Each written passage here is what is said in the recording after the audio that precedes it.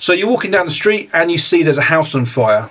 And in that house, there's a suitcase full of £100,000. There's a baby and there's an older person. And you can only rescue one of them. Which one do you rescue? Most people would say probably we'll rescue the baby. Because most people would say human life is much more important than money. And I guess in that sense that because of the years ahead of the baby, because they have more years ahead of them, it's better to save the baby rather than save the older person. But Peter Singer, who's probably, I would argue, the most influential living philosopher, would say actually you should rescue the money. And he talks at great length about ethics in his work. That's probably what he's best known for, things like animal welfare, but also kind of charity work and what actually makes a good charity, what makes an effective charity, and how do we measure it. He would basically say that if you took that £100,000 in the suitcase and you donated it to a charity that distributes mosquito nets in malaria zones, you're actually able to rescue or save far more lives than you would be just by rescuing either the baby or the older person in the fire.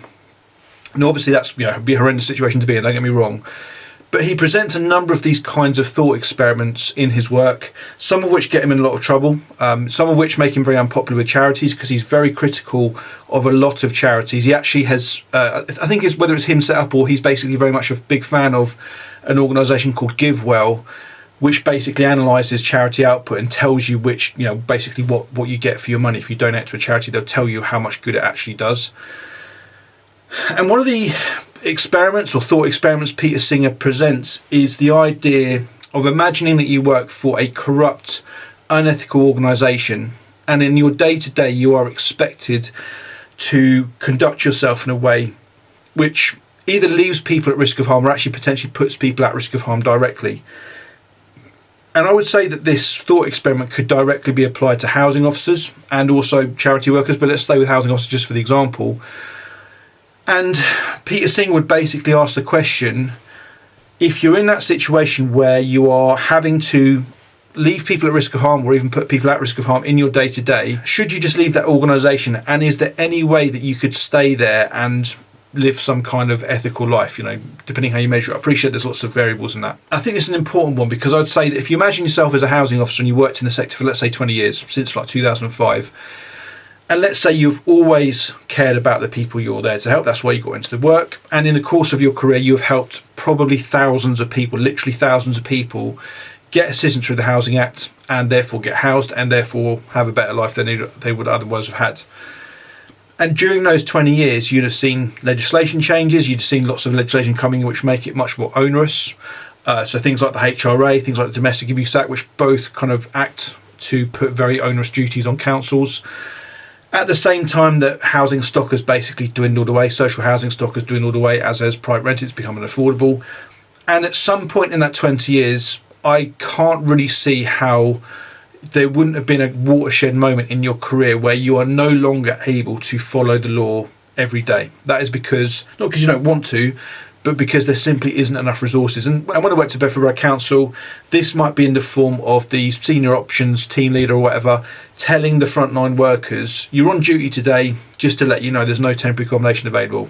Have fun. That's kind of, I didn't say have fun, but you know what I mean? They basically said off you go. And there was no explicit kind of requirement or explicit instruction to go and gatekeep. But really in that situation, I'm not sure what else officers were supposed to do. And so that's kind of the situation that a lot of people find themselves in, a lot of people in the profession find themselves in. I would argue quite strongly actually that when you look at things like burnout within the homelessness sector, I would question where the source of the stress comes from that leads to that burnout. I would hypothesize that actually having to live with the impossible situation that you're put in as a housing officer probably does more to erode your mental health than high workloads or other kind of things that are going to be weighing on you. Because I think, lots of jobs have kind of high workloads and so on. But I think that kind of position that you're put in where you just simply cannot follow the law, you are having to deal directly in person with people who will be left homeless if you don't follow the law. And as I say, there are many situations where you just won't be able to. I think that's a real blind spot when we look at things like burnout, just kind of how people deal with that. And because a lot of people can't really talk about this stuff out loud, I think it just kind of makes it even harder. So let's say Peter Singer's applying his kind of work on this to a housing officer's position. is there an ethical alternative to just leaving the job, basically saying, right, no, I'm done. I can't do my job legally, so I'm just going to basically throw the towel in and go and do something else, whatever that might be.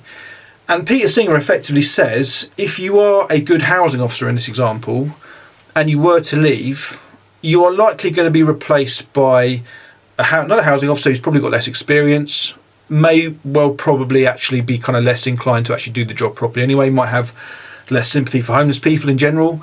And so by leaving the profession, you're actually making the situation worse. The overall picture gets worse. Or in fact, let's be honest, it might be your position's not replaced at all, and that additional workload, that additional burden is going to be placed on your colleagues who are even less able to do their jobs lawfully. So that's the kind of question he goes down. The book he talks about this in is a book called The Most Good You Can Do, and I will make another video about it because it's a very interesting book for another reason actually.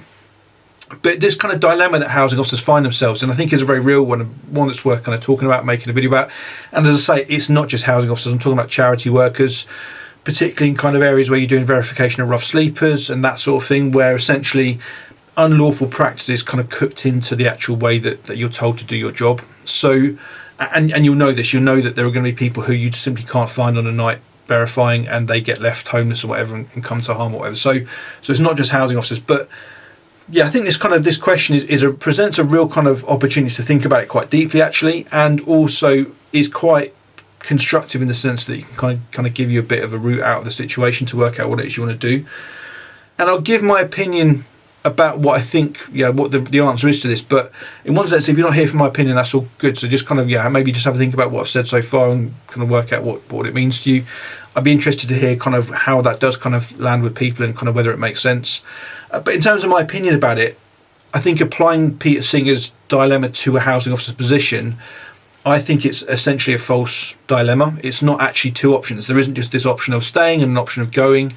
There are other options available to housing officers to actually resolve the situation, which I think are, they're probably quite difficult, but they are possible, they are plausible. And it's not an exhaustive list, but for example, housing officers could go on strike. Housing officers could just say collectively, we are not going to work in these conditions where we don't have the resources available to us to do our jobs legally. So that's one option. You can go on strike. You could whistleblow. I know that's effective in Bedford. I say that. A whistle blew. It wasn't the whistleblowing that was effective, actually. It was setting up a charity with my friend John Allen and basically kind of taking the council to task over many years.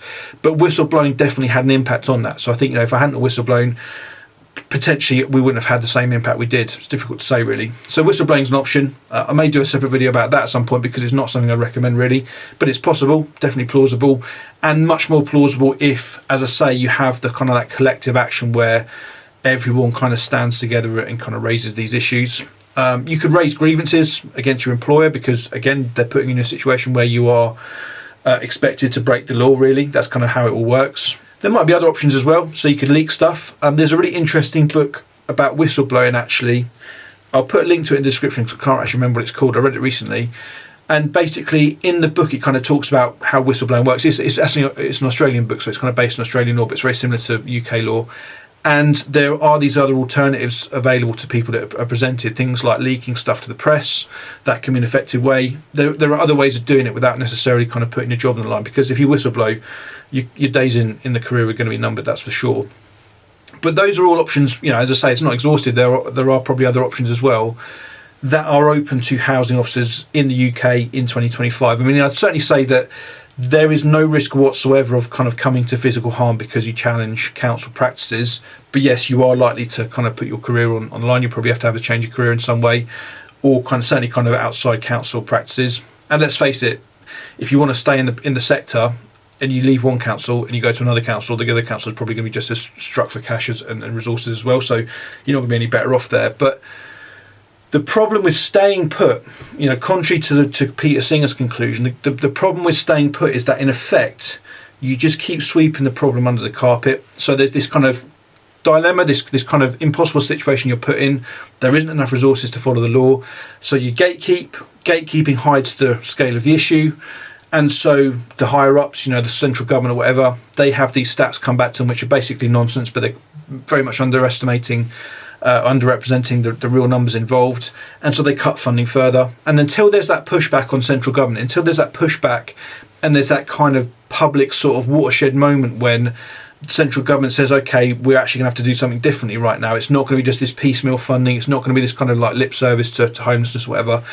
They're actually going to make very, very clear commitments to ensuring there is enough housing supply, ensuring councils do have enough money. Then things are just going to get worse and worse and worse. I can't see any other way it doesn't get worse. I think that's probably what I'm saying. And so, although I can sympathise with decent housing officers who stay in their role knowing that, they literally feel this. I've talked to housing officers and I genuinely believe this. They genuinely feel that they've got this kind of caseload of whatever, 80 households that they have to deal with. And they care about, they don't get to know all of them, but they care about a number of them basically. And they know if they leave that role, then that family, that single person or whatever is just going to get dropped most likely, and they're probably going to get left homeless. And so there's this kind of continual sort of pressure on housing officers to stay put for that reason. And as I say, it's difficult to kind of see that, I think, when you're in the middle of it, but I can't see any other way of kind of like seeing the homeless sector, seeing particularly the council housing sector. Again, if there are people out there who kind of disagree with that, I'd be interested to hear what your point of view is. As essentially, I'm basically saying councils across the country are breaking the law every day, and that means that housing officers themselves are in this situation where they are the ones breaking the law every day. And until something changes, until something breaks or something changes that's going to radically change the approach from central government, it's just going to continue. And so you're going to get more and more burnt out staff. You're going to get kind of worsening standards of training and so on, because when you lose these people who've been in the sector for 20 or 30 years, you're losing huge amount of expertise. And you just get replaced by kind of lower paid, much less experienced, poorly trained officers. It's just going to get worse and worse and worse. And so I guess I find Peter Singer's work really interesting. As I say, there's a whole world of stuff to do about charities in general. So I think there's potentially a lot of stuff within Peter Singer's work to kind of help us understand the situations we're in as workers, and that applies, as I say, to charity workers as well.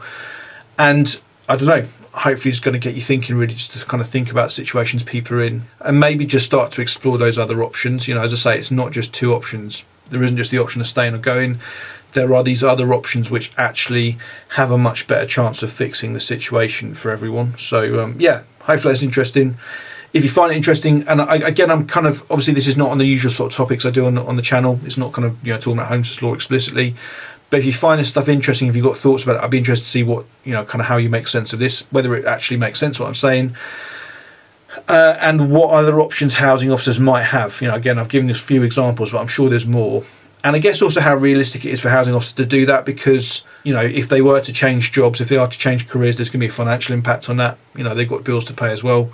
And I guess there's that kind of aspect to it as well that kind of just brings in some other complications. As I say, the kind of sector, it's not kind of by design really, but the sector's kind of just knackered and has basically arrived at this situation where it's actually very difficult for the frontline workers to do anything. But I can't see anyone else who's going to do it. I guess that's why I'm kind of doing the videos really. It's that, there's lots of people in that kind of chain of command right back up to the Prime Minister who could fix the problem. But in my mind, housing officers are the only ones with the knowledge of the actual situation and with enough skin in the game and enough power in the game to actually do anything about it. But it would require some pretty significant organising and so on. So it's not, I'm not saying it's easy, but I think it is possible. And do check out that book. It's got a lot to say about a lot of different things. It's an easy read, to be honest. It's not a difficult read. And you can find Peter Singer on quite a few YouTube channels around the place. So Alex O'Connor's got a big channel, and he interviews him a few times and talks a lot about his ideas as well. As I say, there's a lot for the charity sector, there's a lot for the homeless sector to draw out of it in general.